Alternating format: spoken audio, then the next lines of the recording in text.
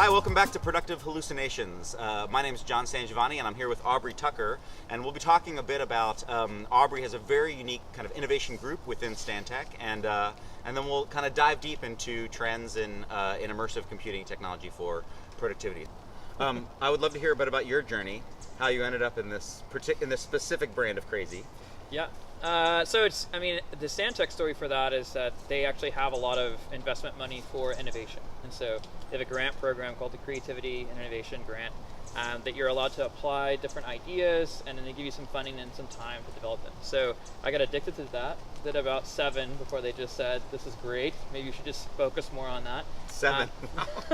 In 2 years, yeah. But it's been really fun because my initial interest in Stantec was, this is such a great, large company. They must have really, healthy resources to invest in new ideas.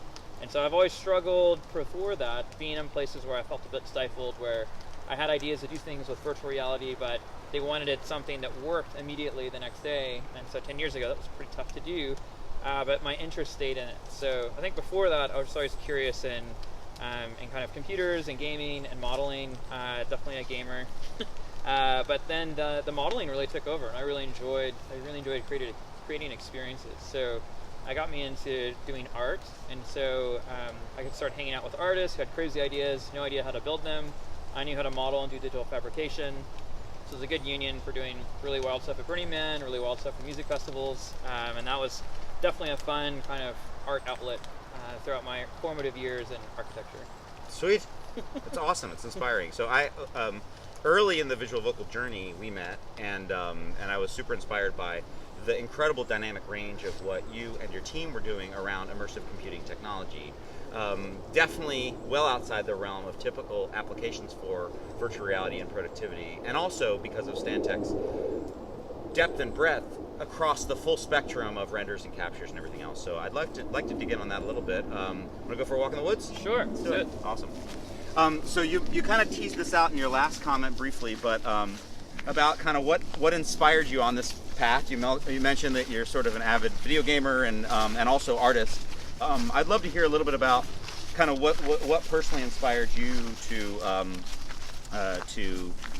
pursue this path as a career. Yeah, I think it's a couple of things. When I first was in high school, I was in theater, but I loved drafting, I loved AutoCAD, and I loved 3D modeling. So when I graduated, I thought I was going to go do 1 year of architecture to do set design, and just really enjoy the idea of designing a space for people to interact.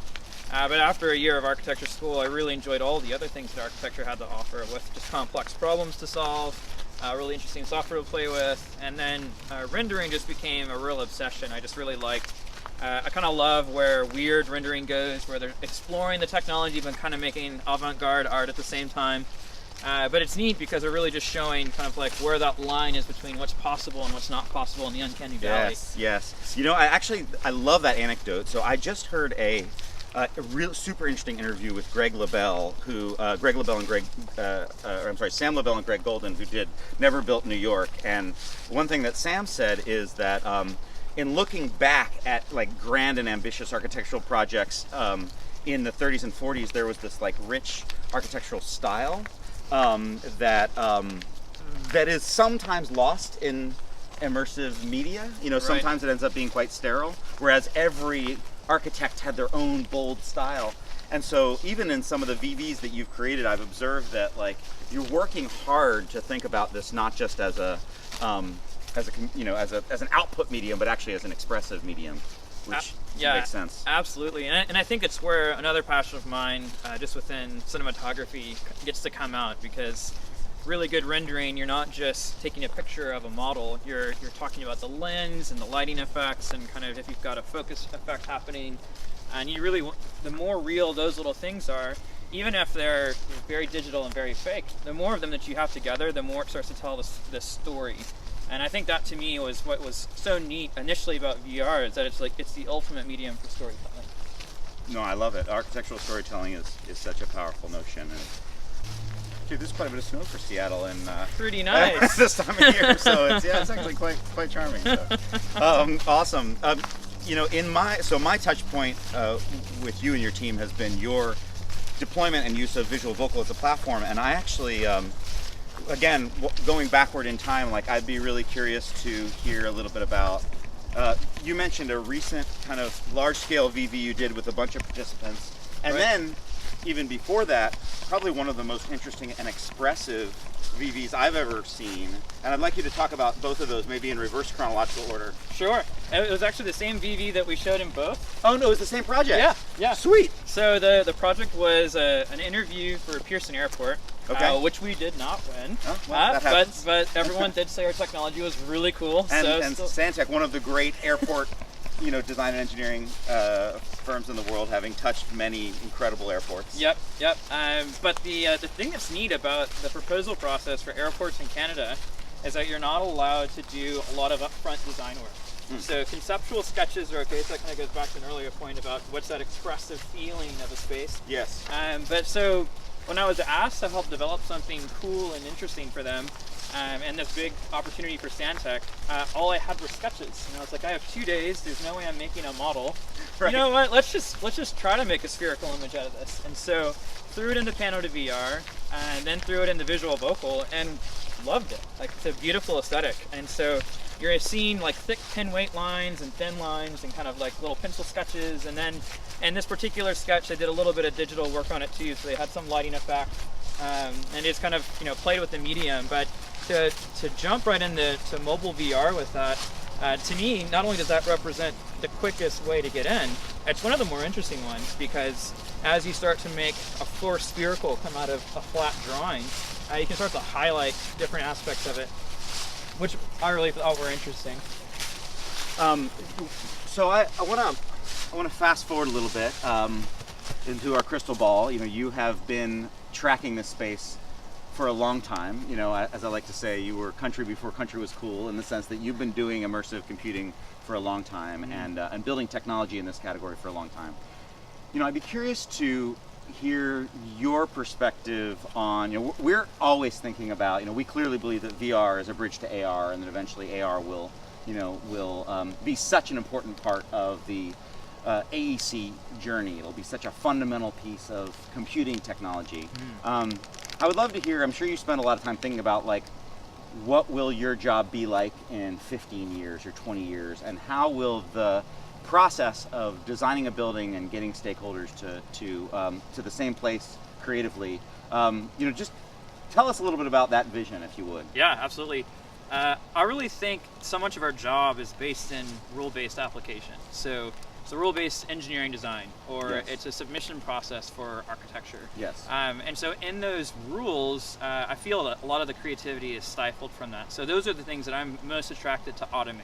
Because it's not creative juices that make those things come together. It's someone refereeing a book, making sure that complies, then submitting, and then hearing back yes or no. But all of those simple things take up a lot of time. Annotation takes up a lot of time.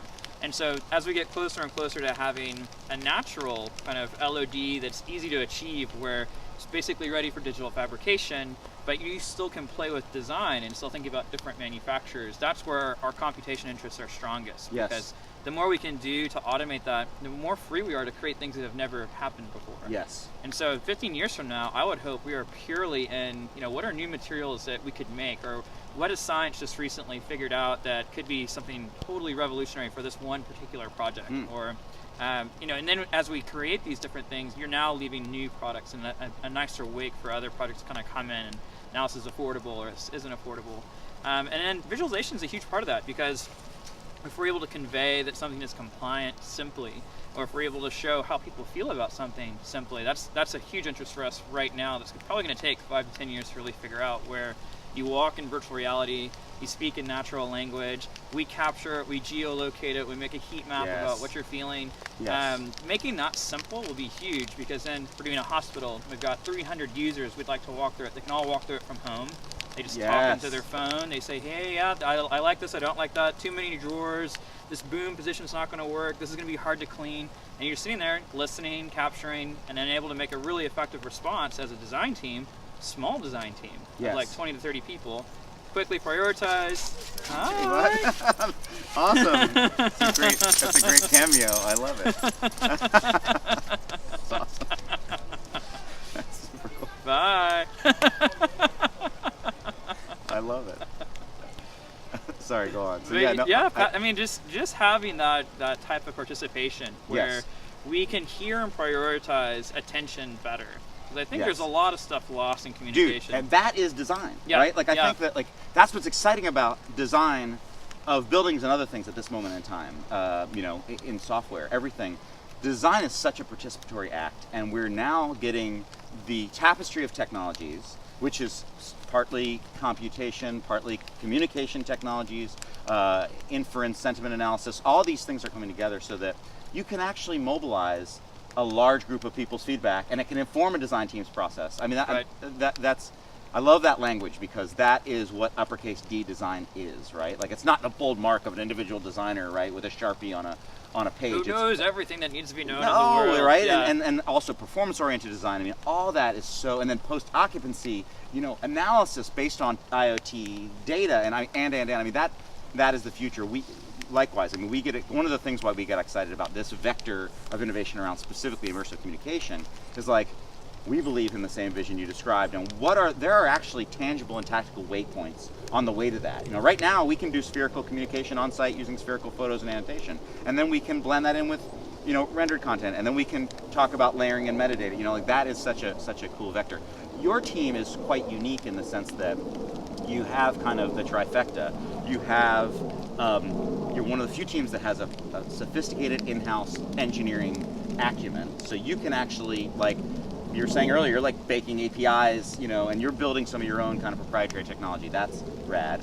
The second vector is that you have these incredible relationships with all of the vendors who are doing interesting things, all in kind of orbits around the same planets, you know, us, others, capture companies, etc. And then, you know, you have a rare creative and technical background.